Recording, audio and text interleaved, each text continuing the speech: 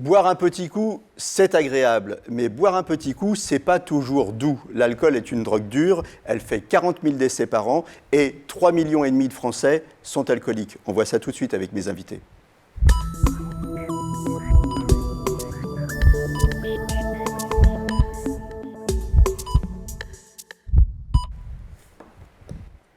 Avec moi sur le plateau, le professeur William Lowenstein. Vous êtes addictologue et président de SOS Addiction. On va tout de suite rappeler le site internet de SOS Addiction. C'est www.sos-addiction avec un S, parce qu'il n'y a pas qu'une addiction.org. Et vous êtes auteur de Tous Addicts avec Laurent Carilla. Et vous êtes auteur avec Bernard Kouchner de Toxique. Voilà. Je suis aussi avec Jean-Manuel Bétouard. Vous êtes président de l'association Alcool Assistance de l'Oise. C'est pareil, vous avez un site internet qui est www.alcoolassistance.net. Vous êtes ancien alcoolique, abstinent depuis 7 ans, mais vous ne dites pas abstinent, vous dites en rémission depuis 7 ans. Oui, tout à fait. En rémission, ça veut dire que c'est une maladie. C'est une maladie. C'est une maladie, il faut le reconnaître, il faut l'accepter. Et être en rémission, c'est ne pas être guéri.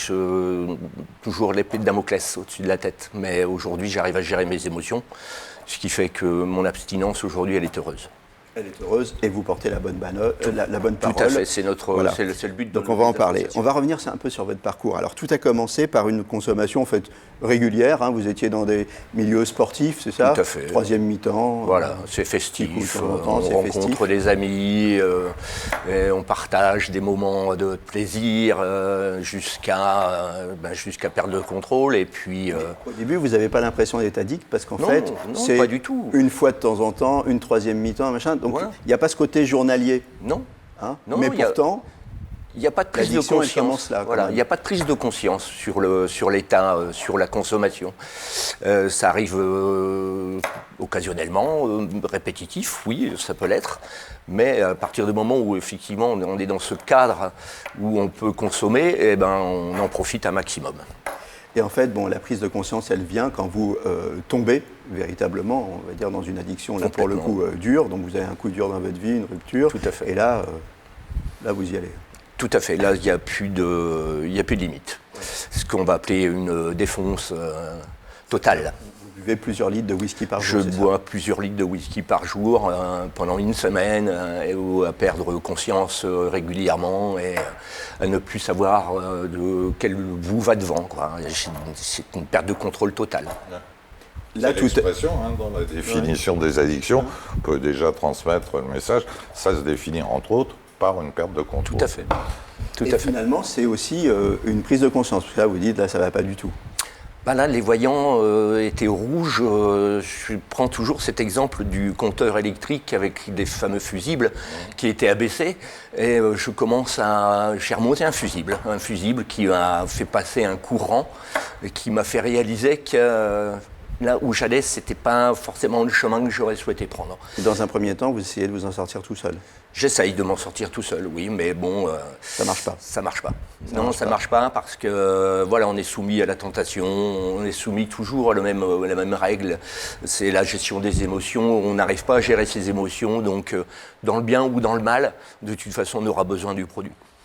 Et donc là, vous décidez de partir en cure de désintoxication. Voilà, j'ai l'occasion de rencontrer des gens qui m'aident, qui m'accompagnent, et ça a été un facteur déterminant, qui m'ont fait rencontrer dans un hôpital des personnes qui m'ont aidé à effectivement intégrer cette cure. Et j'ai fait une cure d'1 mois dans un organisme hospitalier à Amiens. C'est dur la cure. Comment ? C'est dur la cure. Dur, dans mon cas, c'est un cas atypique parce que ça faisait 3 semaines que j'étais abstinent, que j'avais fait l'effort personnel d'arrêter l'alcool, en ayant une aide, bien entendu, médicale. Parce qu'il faut rappeler qu'un sevrage brutal est un des rares sevrages qui tue, avec celui des benzodiazépines, et que le premier conseil qu'on peut donner, c'est attention quand il y a cette décision d'arrêter tout seul, de ne pas oublier l'hydratation, les vitamines B1, B6 et le diazépam pour ne pas mourir d'une crise, d'un état de mal épileptique ou développer un Gaillet Wernicke ou un Korsakoff. Tout à fait. J'étais suivi médicalement, donc j'ai pu faire cette cure pendant 3 semaines chez moi avant d'intégrer effectivement la cure hospitalière qui a été pour moi le second déclic, le second fusible que remonte. De reconstruction. Et voilà, et que cela, c'est là où on va nous aider à nous reconstruire. Voilà. Mais alors, bon, là, tout le monde s'occupe de vous, vous êtes entouré. Je dirais que peut-être le plus dur derrière, c'est la 3e épreuve, c'est la post-cure. Là, vous vous retrouvez avec la liberté de reboire. Voilà, vous avez 2 possibilités. Oui, effectivement, faire cette post-cure qui va vous aider aussi dans un milieu hospitalier à vous stabiliser dans la consommation ou dans l'envie et dans votre détermination à arrêter. Et vous avez aussi le fait qu'on va vous lâcher dans la rue. Et puis à vous de gérer. À vous de gérer. J'ai une anecdote à ce sujet. Je sors de ma cure et avec ma valise, je ferme la porte de cette cure et je vois passer un bus devant moi où il y a une magnifique bouteille d'alcool, de whisky, qui nous demande de le consommer avec modération. Mais quoi, ça faisait pas 30 secondes que j'étais sorti. Voilà, vous êtes soumis donc à la tentation dès votre sortie. Et là, il faut être aidé, être accompagné.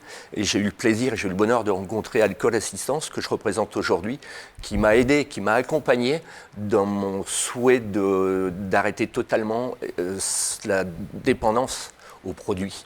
J'ai fait un choix. Moi, c'est une abstinence totale. Et c'est des gens qui ont tous vécu ces expériences-là. Complètement, ouais. 99% sont des gens bénévoles, je précise. Alors, professeur Loewenstein, l'alcool, on le voit bien, hein, c'est une drogue dure. Alors c'est une substance psychoactive, on appelle ça maintenant précieusement de cette façon-là, dont l'usage peut être dur. Moi je préfère préciser les choses comme ça parce que regardez l'exemple du cannabis, on l'appelle drogue douce alors qu'il peut y avoir, surtout à l'adolescence, des usages durs. Donc il faut moduler un peu les choses comme ça. Vous avez très bien rappelé les 41 000 morts par an. On pourrait évidemment rajouter tous les drames familiaux, tous les drames personnels que cela constitue. Je crois qu'on est en France, et il faut le rappeler si on veut réussir quelque chose. C'est-à-dire qu'on est au pays de Rabelais, on est avec des sénateurs qui ont détricoté la loi E20 contre la publicité sur les alcools que vous évoquiez sur cet autobus juste en sortant. Bon. Si on veut essayer de lier les deux, généralement, il faut pouvoir dire, pour être un bon vivant, mieux vaut être vivant.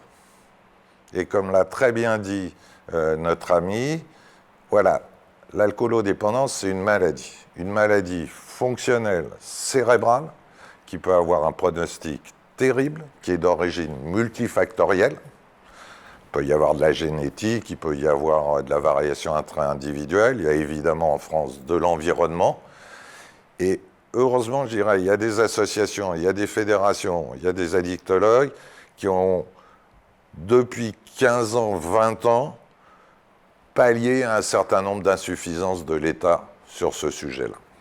Alors, votre expérience, en fait, elle est en 2 temps. Il y a eu cette période alcool festif où, manifestement, vous avez des belles 3e mi-temps. Et puis, il y a eu cette cassure dans votre vie. Alors, moi, j'ai une question à vous poser. Est-ce que le fait qu'il y ait eu cette longue période d'alcool festif où il n'avait pas l'impression d'être dépendant, est-ce que finalement, ça a préparé le corps au fait qu'au moment où vous avez une fêlure dans votre vie, là, le corps est prêt à recevoir de l'alcool ou autre chose. Absolument, ce sont des pertes de contrôle, pour reprendre ce qu'on disait au tout début, qui sont favorisées par ses antécédents. C'est-à-dire que du jour au lendemain, quelqu'un ne va pas devenir alcoolodépendant. Il va souvent passer par cette trajectoire d'alcoolisation excessive ponctuelle. Encore une fois, extraordinairement bien tolérée dans notre pays, même s'il y a quand même diminution de l'ivresse publique sur notre territoire. C'est pas la même chose qu'il y a 40 ans ou 50 ans. Enfin, les terrasses des cafés sont pleines. Mais vous voyez qu'il y a encore, pour le dire de cette façon-là, une extraordinaire bonne presse déraisonnable par rapport à l'alcool, puisqu'on est un pays producteur. Et c'est évidemment ça le souci. Mais l'histoire des alcoolisations excessives ponctuelles qui dérivent en alcoolodépendance, c'est exactement comme pour la cocaïne, quand des gens consomment un peu de cocaïne et puis après vont plus sortir le nez de l'histoire. Donc en clair, il faut faire attention déjà, il faut faire attention à l'alcool festif quand il se produit trop souvent. Il faut faire attention au binge drinking, il faut faire attention aux soirées dans les prépas, toutes ces choses-là. Ça nous prépare en fait. Alors il y a un truc très simple maintenant, c'est quand même le repère de l'OMS, c'est-à-dire 10 unités d'alcool par semaine. Ce n'est pas un conseil pour les boire en une seule fois, hein, mais parce que c'est 10 unités d'alcool par semaine avec 2 jours ou 3 jours sans boire dans la semaine. C'est ce qui diminue le plus de risques, à la fois sur les plans cancéraux, à la fois cardiovasculaires et à la fois de dépendance. Quand vous buvez avec modération, on n'est pas obligé de boire, c'est pas une injonction. C'est pas une injonction, on aurait mieux fait de dire modérez vos consommations. On n'en est jamais sorti, vigilant à vie. Vigilant, oui. Oui. Vigilant pour moi.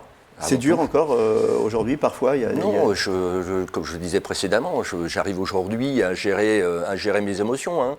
C'est la maladie des émotions, hein, quelque part. Donc aujourd'hui, que ce soit dans le bien ou dans le mauvais, j'arrive à gérer et j'arrive à passer à autre chose très rapidement, sans avoir besoin et sans avoir l'aide du produit. En 30 secondes, parce qu'on arrive à la fin, oui. il y a des produits qui nous aident à décrocher. Il y a le baclofène qui est connu. Bien sûr. Oui. Et il y a d'autres molécules qui sont, si j'ose dire, dans les tiroirs. Hein. Le baclofène, d'abord, a apporté cette approche médicamenteuse, thérapeutique possible. Je pense qu'on pourra faire encore mieux dans les années qui viennent. Ben écoutez, on arrive déjà à la fin de l'émission. Merci à tous les deux d'être placés sur le plateau. Il faut rappeler quelques notions avant de se quitter. Il faut rappeler que l'alcool est une drogue, moi je dis une drogue dure, ouais. Vous avez dit une drogue douce, dont l'usage peut être dur. J'ai pas dit drogue douce, hein. J'emploie pas ni drogue dure ni que l'addiction à l'alcool tue, cirrhose, cancer du foie, coma éthylique, qu'elle a des conséquences graves sur maladie cardiovasculaire, les Français maladie toujours ça.